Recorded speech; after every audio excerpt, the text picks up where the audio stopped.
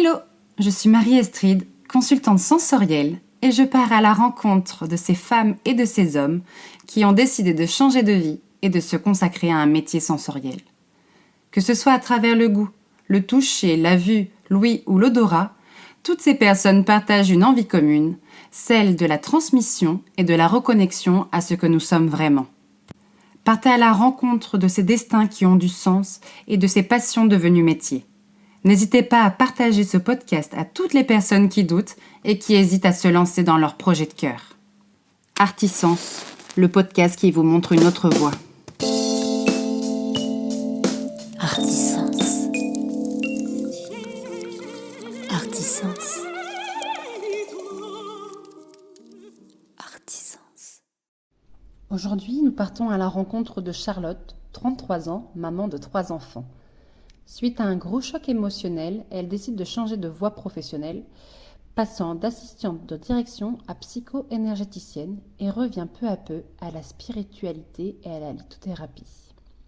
Charlotte a une grande soif d'apprentissage et de transmission et se rêvait professeure et égyptologue. Comme beaucoup, elle suit malgré tout les conseils de sa maman et prend une voie plus classique en devenant assistante de direction. Après 8 ans de poste et un changement de direction, elle ne se sent plus alignée avec ses fonctions et commence à se former au magnétisme pendant la crise sanitaire. Avec son mari, il décide de profiter de cette opportunité pour enfin changer de vie et arrive en Vendée. Je vous laisse découvrir cette jeune femme pétillante, souriante et profondément ancrée. Belle écoute. Bonjour Charlotte, merci beaucoup d'avoir accepté mon invitation. Eh bien merci, bonjour, c'est avec plaisir que je suis ici avec toi. Bah oui, bienvenue à la maison. Alors première question, je voulais savoir comment tu te sentais ce matin. Fatiguée, comme une maman, bien occupée, fatiguée, mais le moral est là.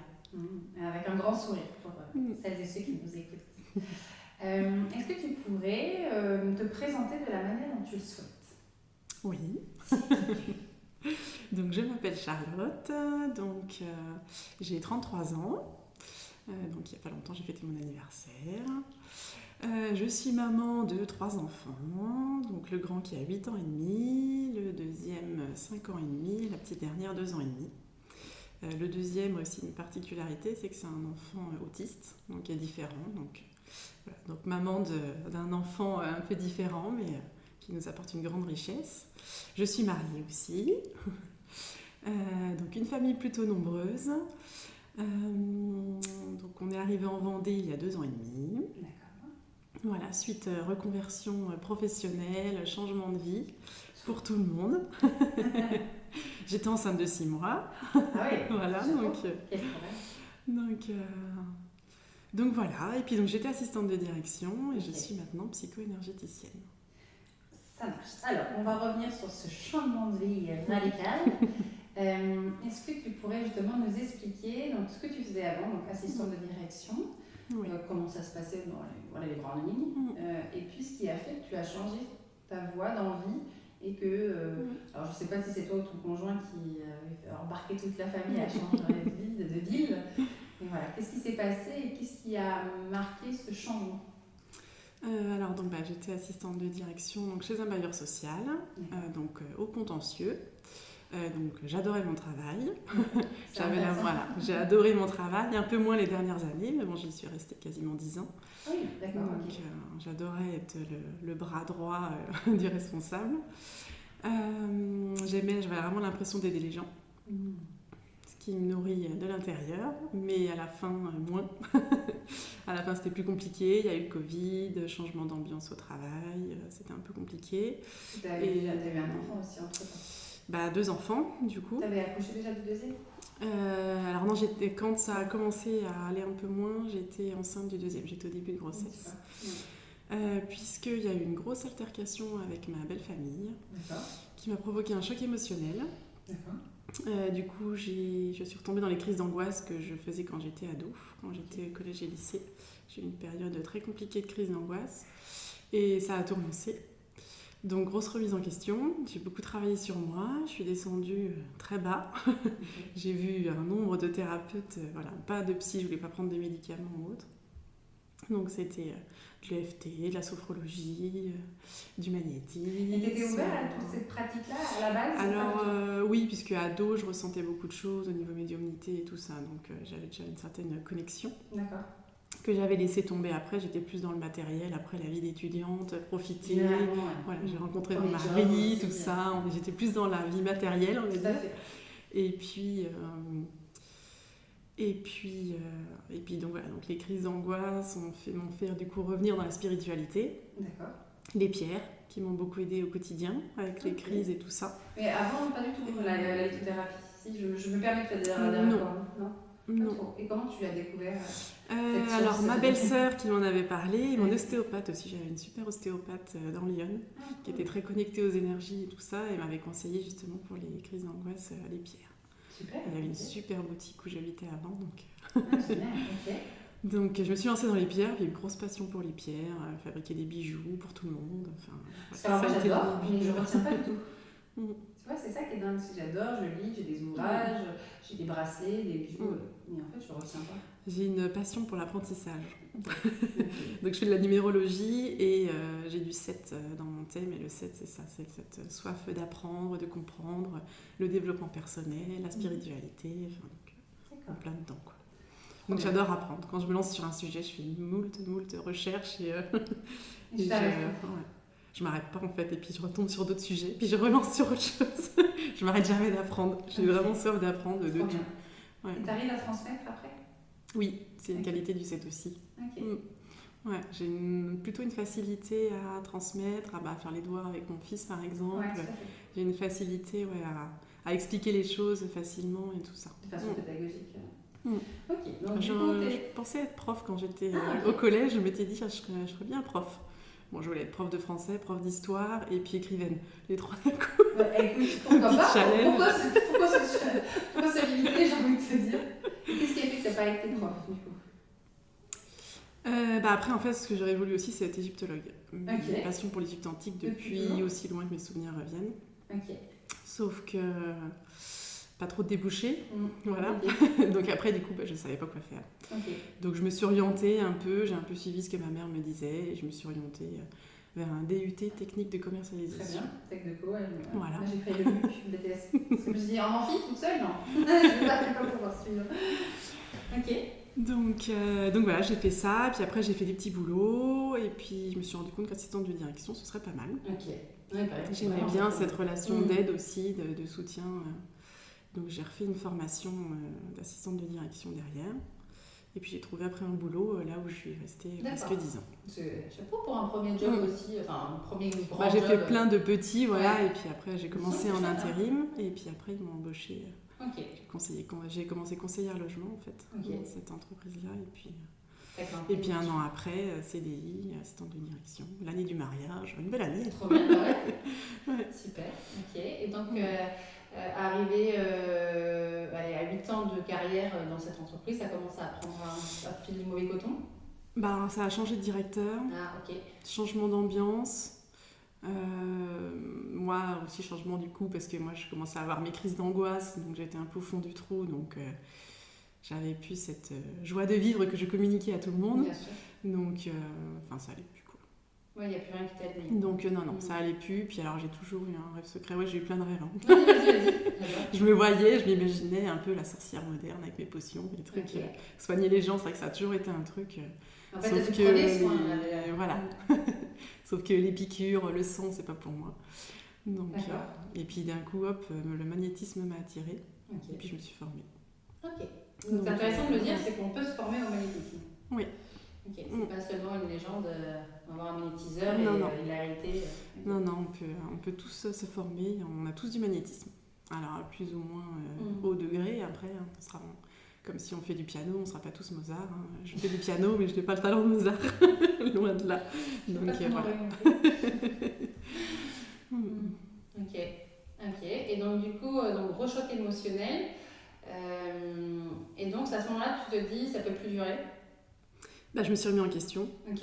J'ai rencontré aussi une passeuse d'âme. Ok. Donc, il m'a dit que j'avais des capacités. Moi, je savais que j'avais déjà des capacités médiumniques, mais qui m'a dit, m'a fait comprendre qu'il fallait que je déploie mes ailes, quoi, que j'étais pas à ma place en gros. Donc je me suis pas mal remise en question. Puis du coup, c'est à ce moment-là que j'ai trouvé le magnétisme. D'accord. Et puis donc j'ai commencé à me former. Bon, après je suis tombée enceinte de ma petite dernière. Okay. Donc j'ai fait une petite pause, mais je savais qu'il fallait que je me rentre là-dessus. Que de toute façon, j'étais plus à ma place en assistante de direction. Mais la dernière, attends, quand tu disais, je sais plus à quel numéro. Du coup, tu me dis... Alors j'ai commencé les crises d'angoisse, j'étais en début de grossesse de mon deuxième. Oui, c'est ça. Donc après il y a eu tout un chemin où je me suis remontée vers les pierres, où j'ai été suivie par des thérapeutes, j'ai fait plein de techniques douces pour essayer de m'en sortir. Et puis ça a commencé à cheminer, et qu'est-ce que je vais faire? Je ne peux plus rester là-dedans. Donc il y a eu du coup quelques années, et puis là je suis tombée enceinte du coup de ma fille. D'accord, donc mais après, du coup j'étais encore dans Lyon. J'étais dans Lyon. Ok. Voilà, début de grossesse, donc j'arrête le magnétisme, puisqu'il ne faut pas magnétiser enceinte, il faut éviter. Mais je savais que de toute façon je voulais faire autre chose, et puis de toute façon je savais que je prendrais un congé parental, parce qu'avec 3 enfants, je ne voulais pas passer mon salaire dans une assistante maternelle, il n'y avait pas d'avantage, voilà. Donc certes, perte un peu de revenus, mais bon, au final, ça, voilà. Ça s'équilibrait quand même. Et puis je me suis dit, congé parental, on va en profiter pour se former. D'accord. Et puis il y a eu la crise Covid entre-temps, oui. Du coup j'ai commencé à me former magnétisme, j'ai beaucoup lu pendant le confinement.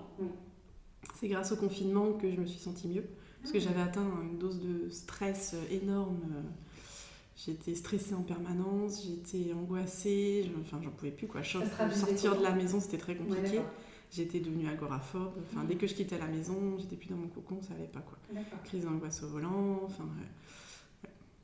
Et à cause du choc émotionnel, plus le boulot, comme ça avait changé de tournure, quoi. Non, je pense que tout est venu surtout du choc émotionnel, en fait. En fait, c'était mon corps qui me disait que j'étais pas à ma place, quoi. Fallait que je revienne, que je me réaligne, j'étais plus en face, quoi.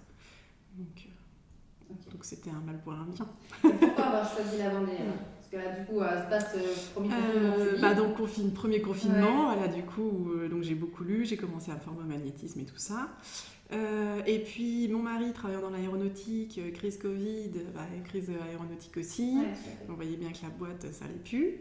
Donc on s'est dit, ça faisait un moment qu'on voulait partir, on s'est dit bon allez on va chercher, on va déménager, quoi. On va où? Tu choisis? On était attirés déjà par la Loire-Atlantique. Il y a quelques années déjà, il avait passé des entretiens en Loire-Atlantique parce qu'on voulait partir dans ce coin-là. Plutôt la Loire-Atlantique. Moi j'ai de la famille en Bretagne, voilà, j'ai un peu des origines aussi de ce côté-là. Et puis on a trouvé en Vendée, donc pas loin de la Loire-Atlantique. Ouais, on y est bien. Donc on y est très bien. On est très bien où on est là. Et puis c'est vrai que quand aussi l'aéronautique repart, après, il y a Nantes à côté, mon mari il peut y retourner, et puis voilà, quoi. Donc, parce qu'en fait, vous êtes arrivé sans projet, on s'est dit, vous êtes dit... il a trouvé un emploi, donc moi j'étais en congé maternité. D'accord. Lui, il avait trouvé un emploi du coup aux herbiers. D'accord. Donc, du coup, on a déménagé. Cool. Vous n'êtes pas parti la fleur au fusil en disant on verra bien sur place, quoi. Ah non, il avait trouvé le boulot avant. Non, il avait trouvé la famille aussi. Ouais, il avait trouvé le boulot avant. Du coup, moi, j'étais arrêtée pour mon congé parce que j'étais pas bien. Avec un troisième et puis les 2 premiers, c'était pas la grande forme. Donc, j'étais arrêtée. Donc, il a dû avoir en novembre 2020, il a dû savoir que c'était bon pour le boulot. D'accord. On a mis en vente notre maison. En 2 jours, elle était vendue. On a retrouvé une maison en janvier. On a déménagé début février, quoi. Lui, il a commencé son boulot fin janvier. On a déménagé début février. Et du coup, donc il est parti de la maison, t'étais toute seule? Elle arrive 2 semaines avant. Donc ça va, ça s'est quand même bien calé. Ouais, c'est bien. Okay. Parce que souvent, c'est une période d'essai, quoi. Ouais, donc non, il allait chez mes parents, du coup, avec mon deuxième. Comme ça, j'avais plus que le grand qui allait à l'école, lui déjà. Donc le deuxième n'allait pas à l'école, donc c'était bon. Parce que comme j'étais enceinte, j'ai dû faire les cartons, 6 mois de grossesse, tout ça. Donc, du coup, j'en avais qu'un à gérer qui était à l'école la journée, donc c'était plus facile. Oui, et puis c'était pas ton numéro 2 à besoin intense, quoi. On ne savait pas encore qu'il était autiste et tout ça, on n'était pas encore dans cette démarche, on voyait qu'il était différent. L'assistante maternelle m'avait déjà parlé à part en me disant il a du retard par rapport aux autres enfants, surtout qu'il y avait 2 petites filles qui étaient exactement de son âge aussi chez la nounou et tout, donc il y avait déjà une alerte, quoi. Mais c'est vrai qu'on était dans le déménagement, tout ça, on n'était pas du tout encore dans cette... Puis tu t'es dit, il y a le temps, quoi. Chacun son développement. Oui, il n'était pas encore à l'école, voilà, c'est vrai qu'on n'était pas encore trop dedans, mais c'est vrai qu'il parlait quasiment pas. Donc tu arrives ici, Donc on arrive, on va trouver un gynéco, tout ça, une maternité, hein, parce que j'allais accoucher dans un mois et demi. Hein, enfin, on est arrivé dans début février, j'ai accouché début mai. Ok, bon, ça. Mais bon, il fallait quand même trouver tout ça, préparer, faire les cartons, faire l'emménagement, tout ça. Faire le nid. Ouais. Donc voilà, toute seule en plus, hein, comme mon mari travaillait, hein, pas de congé, hein, il venait de commencer. Donc, Ok. Et puis pas la famille à côté, mais bon, pas à côté quand même. Oui, c'était bon quand même pas. Enfin, bon, il y a eu de l'aide quand même, mais c'est vrai qu'il fallu inscrire à l'école le grand, le deuxième du coup pour la rentrée de septembre. Donc il y a pas mal de démarches à faire. Donc et quand tout même ça. du stress parmi le stress, quoi.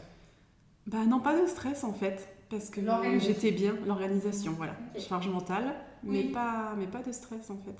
Okay. Parce que j'étais bien, j'étais contente de ce changement parce que j'en pouvais plus où j'étais. Donc c'était. Cool. À la fin, je me voyais dans Lyon, je voyais Lyon tout gris, puis je me disais, j'imaginais la Vendée, grand soleil. Enfin voilà, c'était. Je savais que je devais aller par là. Plus au niveau image. Quoi. Ouais, tout à fait. C'est pas forcément niveau temps, mais le niveau image. Ouais, j'entends la représentation. Ouais. Ok, donc t'arrives, donc après, t'as ta petite belette. Voilà, Okay. j'accouche du coup de ma fille. Peu de temps après, j'ai le rendez-vous des 3 ans aussi pour mon fils. Et là, il me dit, il va falloir faire des tests parce qu'il y a du retard. Voilà. Donc, on a engagé tout un processus de tests et tout ça pour le diagnostic de l'autisme. J'en profite pour dire qu'il y a une très bonne plateforme, la PCO, en Vendée, sur les troubles du neurodéveloppement. D'accord. On a été accompagnés de A à Z, prise en charge financière pendant tout le processus, tous les tests qu'il y a eu à faire, rendez-vous rapide. En moins d'1 an, on avait le diagnostic. Ah ouais. Donc, top. Quand il y en a qui galèrent 4-5 ans, on a eu de la chance. C'est trop bien, ok. Et donc là, tu ne travaillais pas, tu étais toujours dans la formation. J'étais du coup j'ai repris la formation après, enfin pas tout de suite après l'accouchement, hein, je me suis remis quand même un petit peu après, mais j'ai repris quelques mois après du coup ma formation. Surtout qu'après, du coup, il y avait les 2 grands à l'école. Donc j'avais avec ma petite, donc pendant qu'elle dormait, tout ça, c'était... je travaillais, moi, pendant qu'elle dormait, en fait. Je me rends compte avec le recul, en fait, que j'ai pas arrêté, mais que c'était trop bien. Mais ouais, j'ai pas arrêté. Au début, ça fait des petits bruits, c'est pas trop dérangeant. Pour faire des formations. Ouais, t'es dans le porte-bébé, j'avais dans le porte-bébé, là, contre moi, et puis j'étais en train de bosser sur le PC en même temps, mes formations et tout ça. Ouais, ça fait des bons souvenirs. Ouais. Ok, et donc là, c'est vraiment tout a été chamboulé, j'allais dans le bon sens du terme. C'est-à-dire que donc il y a eu. Je me sentais bien. En fait, du moment où je suis arrivée en Vendée, j'ai plus fait de crise d'angoisse. C'est dingue. Ça y est, j'avais trouvé ma place. Et t'as pas eu peur à un moment de te dire, je quitte un salariat, même si c'était un peu galère à la fin, de se dire peut-être perte financière, perte de stabilité, tu vois, pour alors, ce qu'il y a, c'est qu'on avait déjà une baisse de salaire, parce que du coup, le congé parental, c'est 400 €. Hein, donc voilà, c'est moins que le RSA. Donc bon. Donc on avait déjà une perte financière. Après, je savais qu'au contraire, j'aurais plus, puisqu'il y aurait le chiffre d'affaires complété par Pôle emploi dans un premier temps. Donc au final, j'ai plus qu'en congé parental à l'heure actuelle. Donc pas de beaucoup, mais bon quand même. Donc après, on s'était dit, on verra de toute façon. Mais j'y crois tellement qu'en fait, que non, il n'y a pas trop de peur de ça. Ouais, jamais. Et même tu t'es sentie soutenue Ah, il m'a soutenue à fond, donc ouais. Et ta famille aussi a compris? Non. Pas trop. Non, j'ai pas eu trop de... Enfin, du côté de ma belle famille, il y avait eu la dispute et tout ça, mais tout était très bien remis. Maintenant, on s'entend super bien et ils m'ont énormément soutenue. Ils croient en moi à fond. Ça a été les passeurs de allez, c'est pas ta place, quoi. Ça a été les messagers. Après, finalement, oui, ça a été. De toute façon, voilà, il fallait de toute façon. Et puis, donc, ma belle famille soutient, ma famille, je suis un petit peu la sorcière de la famille. Donc, non, j'ai pas eu beaucoup de soutien. Alors maintenant, ils voient que finalement, ça marche, que je suis allée au bout. Que finalement c'était pas qu'une lubie passagère. Oui, ils ont pas la main mais bon, après, y a pas... Après, ça fait référence et écho à leur propre peur aussi, tu vois. Oui, il n'y a pas de... Bon, c'est sûr que j'ai pas un... Disons que mon père et mes 2 grands frères sont dans la finance, donc c'est pas trop le même milieu. Donc c'est un peu compliqué, des fois, il n'y a pas forcément la même compréhension. Comme la science et les autres. Mais voilà, c'est pas trop... Ma sœur, oui. D'accord. Ma sœur, elle est infirmière, puis c'est ma sœur jumelle. D'accord. Donc elle est déjà aussi, elle est connectée aussi, donc il n'y a pas eu de connectée à toi souci. aussi, Voilà. Donc de ce point-là, non, il n'y a pas. Ma sœur, il y a eu du soutien aussi, mais bon, ça, je vois bien, dans ma famille, ça commence à venir. Enfin, ils voient bien que de toute façon, voilà, c'est Ils sont lancé, pas et choix. puis voilà. Mais ouais, c'était. Ouais. C'est chaud, hein. Ouais. Mais bon, après, c'était une leçon aussi que bon, faut aussi que je croie en moi et Ouais. que j'arrête d'attendre du soutien de tout le monde et voilà. Oui, mais tu vois, l'exercice, il n'est pas évident. Ouais, bah oui, ça a fait bouger pas mal de choses. Hein. Ouais, quand tu es conditionné à demander entre guillemets l'autorisation, Ouais. tu vois, à avoir la reconnaissance et la bénédiction, j'allais dire, tu vois, ben, c'est difficile de s'en détacher parce que c'est un deuil de dire bah, je ne suis plus uniquement l'enfant de mes parents. Je prends mes décisions pour moi. C'est Surtout moi, qu'au niveau boulot, avant, ce que j'avais fait, finalement, ma mère était secrétaire. Donc en fait, j'avais un peu suivi ce que ma mère faisait. Parce que tu disais, c'est par rapport aux études et tout, celle qui t'a guidée. Bah oui, au final, j'ai pas trop fait ce que je voulais faire. Sinon, j'aurais fait. Je serais allée à la fac et puis j'aurais été égyptologue, quoi. Bon, peut-être avec pas de débouché. Et puis, tu reviens, tu vois. puis voilà, mais bon. Mais, après, comme moi je dis souvent, je dis, tu peux choisir une voie à 17-18 ans, à 20 ans, tu peux changer à 22, tu peux reprendre un truc à 23.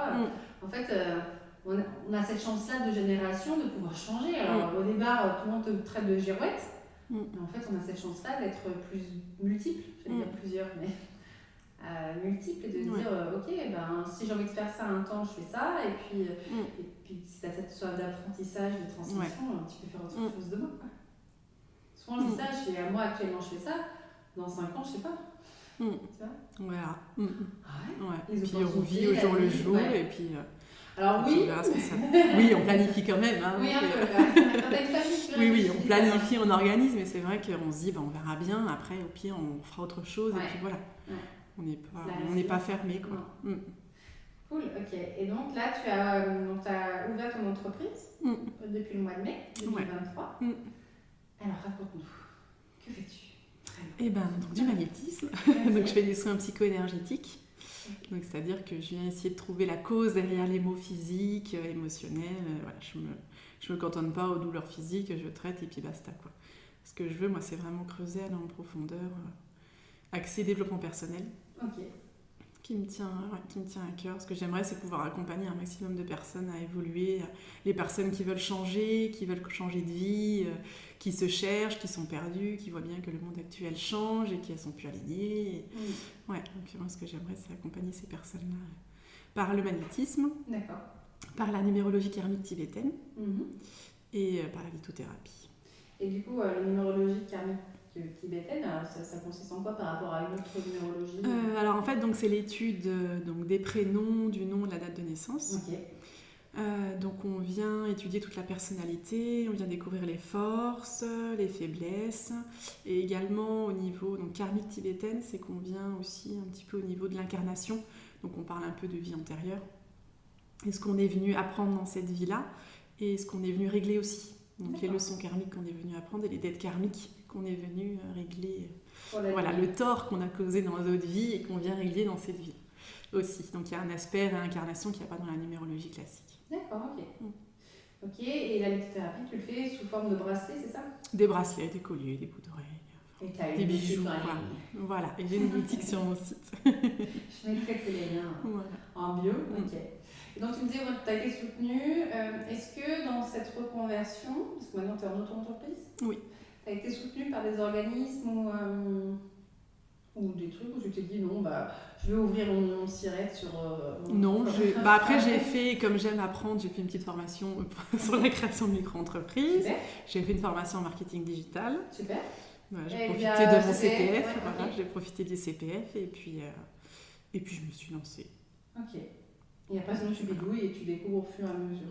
Après, voilà. Alors, j'avais fait une formation sur WordPress aussi pour la création de site internet, parce que j'ai tout créé de A à Z, donc ça m'a pris un nombre d'heures, voilà. Mais bon, j'ai adoré faire aussi, parce que j'ai un côté créatif, donc ça m'a bien plu. Mais ouais, c'est complexe en fait. Je m'attendais pas à passer autant d'heures.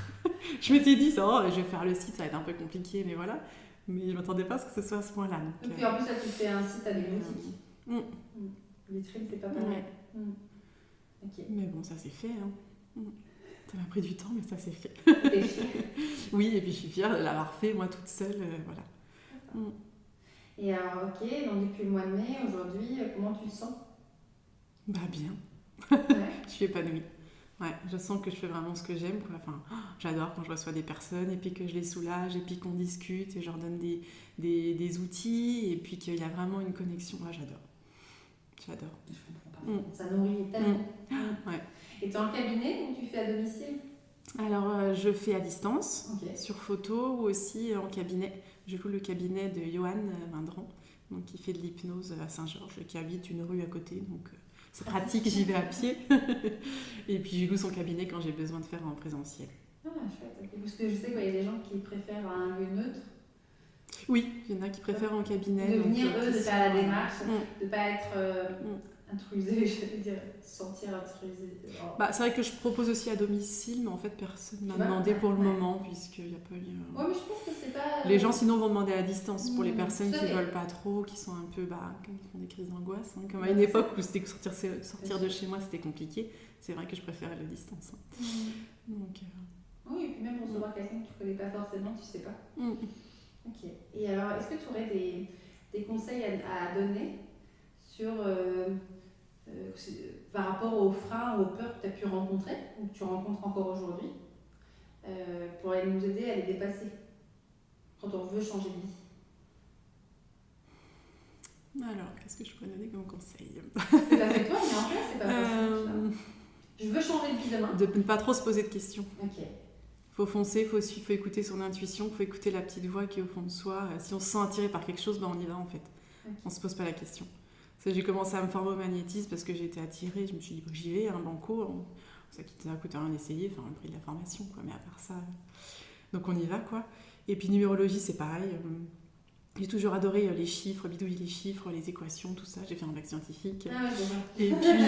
Et puis la numérologie, ça me parlait déjà un petit peu. Puis je suis tombée sur le compte Instagram de la formatrice. Ok. Et je me suis dit, c'est ça que je veux. C'est ça qu'il me faut, puis pour me le faire pour moi aussi. Et Oui, puis bien sûr. je me suis dit, ah ouais, non, trop intéressant. Puis j'ai foncé, en fait, j'ai pas réfléchi. J'écoute ce que l'univers m'apporte. Ouais. Les petits messages, l'intuition, la petite voix. Ouais, Écoute enfin. Tu réécoutes. Voilà. Ok. Mm. Et après, un autre conseil. Ou sinon, on passe que sur celui-ci. Si vraiment j'ai peur. Après, Tu me dis ça, tu vois, je viens de voir un rendez-vous. Je veux changer de vie. Qu'est-ce que tu me conseilles? Donc, tu me dis, un thème de numérologie. Non, mais c'est vrai qu'il y a un thème, au moins, ça permet de gagner en confiance en soi parce qu'on comprend nos forces, on comprend vers quoi on doit aller, puisqu'il y a des pistes au niveau professionnel aussi. Et donc, en fait, ça aiguille vachement et ça conforte énormément. Et quelque part, on a l'impression d'avoir un soutien, mais c'est notre propre soutien à nous, en fait. C'est notre trésor, mais on les a pas. On prend conscience de tout ce qu'on a en nous et ouais. Pour la confiance, ça doit être bien ça. Ouais, la confiance en soi, ouais. Ok, et j'imagine, le troisième conseil, on pourrait dire ne pas écouter l'avis des autres. Voilà, ne pas écouter les peurs des autres. Non, faut y aller en fait. Faut rester sur le positif et puis faut s'imaginer, faut visualiser l'avenir. Et si je vais dans cette voie-là, comment je me sentirais? Ah ouais, je me sentirais trop bien. Mais j'y vais, quoi, je fonce. En fait, faut pas trop se poser de questions. Ouais, mais parfois on est pollué par nos peurs aussi. Hein, tu vois. C'est pour ça qu'il faut essayer de mettre de côté, de s'ancrer, travailler l'ancrage, se promener dans la nature, méditer, lire. Et qu'est-ce que tu dirais à la petite Charlotte aujourd'hui? Crois en toi, écoute pas les autres, écoute pas maman. Non, suis ta voix, si tu veux faire telle ou telle étude, t'y vas, fonce en fait. Laisse pas les autres gouverner ta vie, prends le pouvoir. Tu dirais ça à ta fille aussi, j'imagine. Vu le caractère qu'elle a, je suis pas sûre que j'ai besoin de lui dire. Elle fonce dans le tas, elle, donc... Elle est quel mois? Mais... Ouais, voilà, Oui, taureau, ascendant, bélier, signe chinois, buffle, je crois, si j'avais regardé. Ok, d'accord. Donc voilà, non, ça va aller. Une insoumise. C'est bien, je les adore. Ok, et dernière question. Quelle serait ta Madeleine de Proust? Est-ce que tu en as? Tu vois, c'est-à-dire quelque chose qui te réconforte. Soit une image, soit un lieu, soit une odeur, soit un plat. soit, je sais pas. Tu sais, c'est vraiment le côté réconfortant qui te fait du bien. Bah, juste être chez moi, en fait. Je suis bien chez moi, dans mon espace, avec ma famille. En fait, ça me suffit. Je me nourris de ma famille, de mon mari, de mes enfants. Trop bien. Mes chats aussi, mes chats. C'est Mais vraiment juste les être chez personnes. moi dans mon cocon, en Ok. fait. Ouais. En sécurité. Bon, après, j'adore le chocolat aussi, mais après, quand j'ai réconfort et pour me sentir bien, c'est juste être chez moi avec ma famille, en fait. Allumer une petite bougie, là, j'ai mes cristaux dans toute ma maison. Ok. C'est chouette. Donc, un peu de musique, et puis... C'est ton espace. ouais. Être dans mon espace, ouais. Bah, super. Ouais, la Madeleine, c'est le cocon. C'est Ouais, rigolo, hein. le cocon, ouais, c'est exactement ça. Eh ben, merci beaucoup d'avoir partagé tout ça avec nous. J'espère Avec que plaisir. J'espère que ce parcours vous aura donné envie de suivre vos rêves, de vous faire confiance et de transmettre à votre tour votre passion. N'hésitez pas à noter ce podcast et surtout à le partager. Je te souhaite une très belle journée et je te remercie. Merci, belle journée.